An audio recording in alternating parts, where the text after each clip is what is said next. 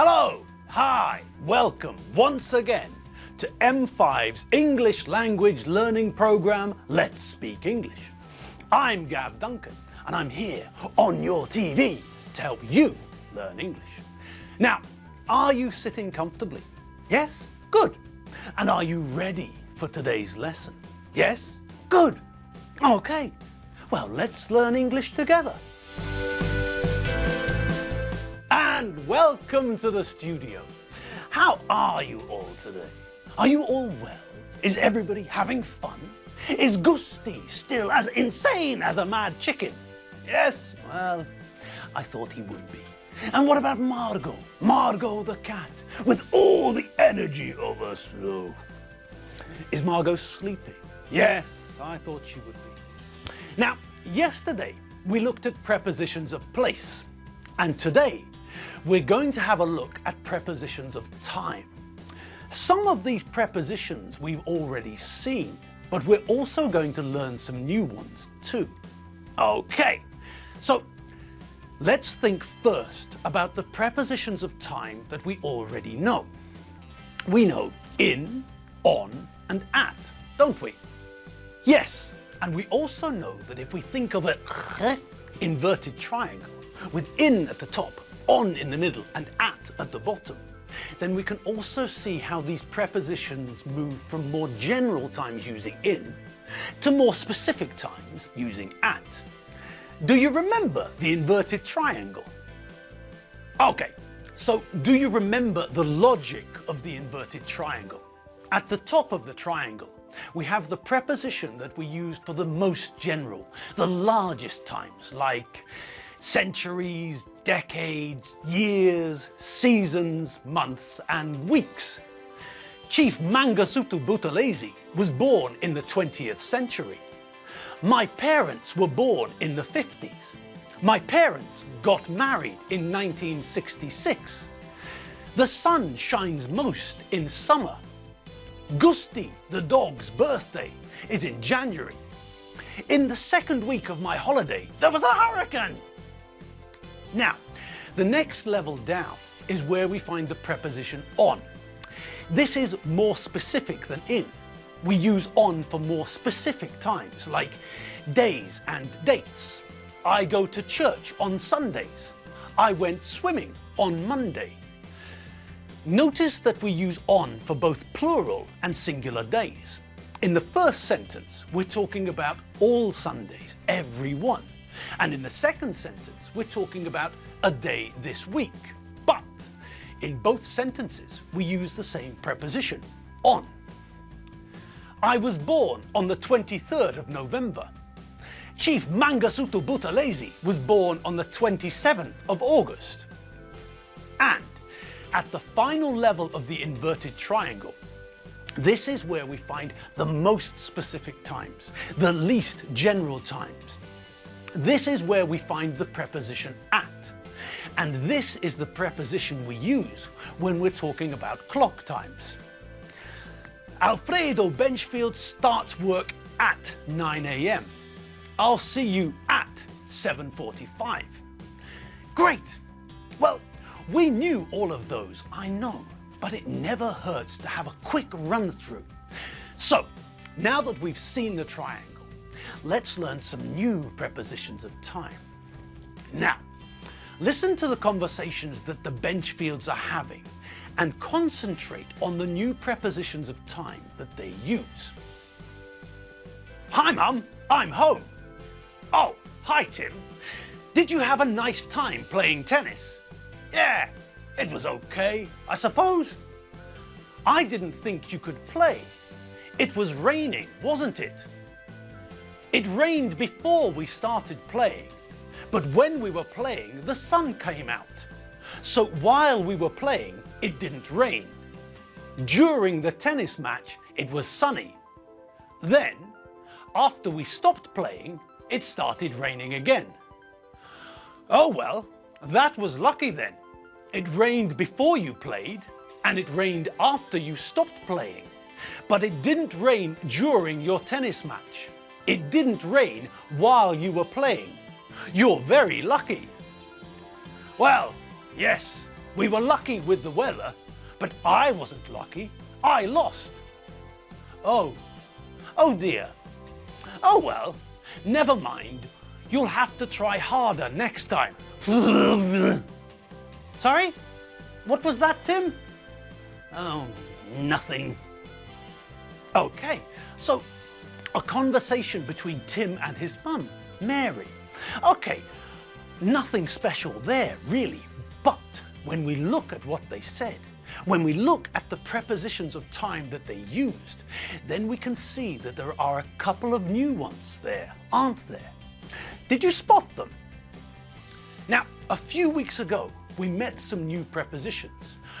We learned ago, for, before, from, and to, and from, until, and by. And now we've just seen the prepositions after, during, and while. In the conversation, Tim and his mum also used before. We saw before a few weeks ago, but it's the opposite of after. So let's look at it again. Before, during, while, and after.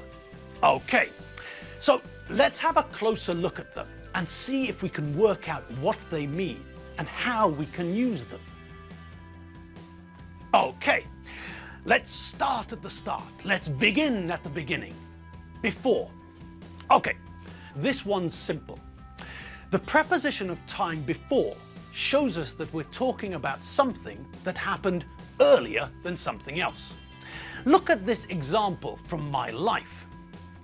1970 to 1993, I lived in the UK. 1993, I moved to Budapest. 1993 to 1995, I lived in Budapest. 1995, I moved to Buenos Aires. 1995 to 1996, I lived in Buenos Aires. 1996, I moved back to Budapest. 1996 to present day, I live in Budapest. Okay, so if we start from the end and work backwards, then we can say that before I moved back to Budapest in 1996, I lived in Buenos Aires. If we want to talk about my life before that, we can say that in 1995, before I moved to Buenos Aires, I lived in Budapest. Before that, from 1970 until 1993, when I moved to Budapest for the first time, I lived in the UK. So we use the preposition of time before to tell people what happened earlier in time. Before I woke up this morning, I was sleeping. Before I got dressed, I brushed my teeth and had a shower. Before I came to work, I had some lunch. So we use the preposition before to tell people what preceded something else, what came earlier than something else. When we listened to Tim's conversation with his mum, we heard that it rained before he played tennis. If Tim played tennis from 3 p.m. until 4:30 p.m., then we know that it didn't rain between those two times, but it did rain earlier. It stopped raining before 3 p.m. and it didn't rain between 3 p.m. and 4:30 p.m. like this. Okay, so in that timeline we can see when it rained, and that also means that we can look at the other three prepositions of time too. We can see that it rained before Tim played tennis, so it was raining, but the rain stopped before Tim started playing tennis. Great!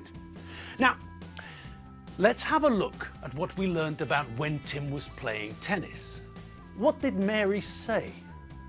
Mary said, it didn't rain during your tennis match. It didn't rain while you were playing. So, we've got two prepositions of time here, and they mean what? Well, for a start, they mean the same thing, don't they? Look at the two parts of the sentence. Mary used during in the first part of the sentence, but she used while in the second part of the sentence. And the two parts of the sentence are the same. they're talking about the same thing. The fact that it didn't rain during the match. It didn't rain while Tim was playing. Great! Okay, so we know that during and while mean that something happened when something else happened. Something happened continuously at a period of time. During the 1970s, my dad had a moustache. This means that from the beginning of the 1970s until the end of the 1970s and the start of the 1980s, my dad had a moustache. During the film, I fell asleep. This means that I was awake at the start of the film, but at some point in the film, I fell asleep. It was probably a boring film like Star Wars. Okay, so what's the difference between the two?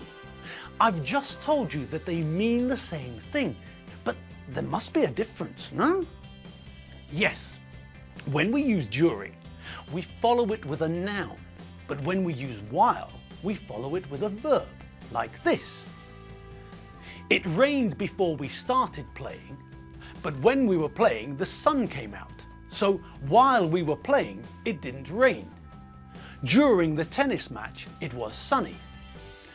So in the example above, we can see that Tim used the preposition during and followed it with a noun, the tennis match. When Tim used the preposition while, he followed it with a verb.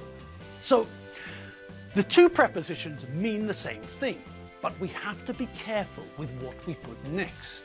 During is followed by a noun, and while is followed by a verb.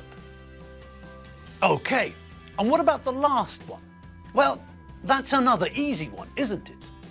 Let's think for a moment about before and after. What's the connection between those two? That's right, they're opposites, aren't they? Before tells us that something happened earlier than a point in time. My mum's dad died before I was born, for example.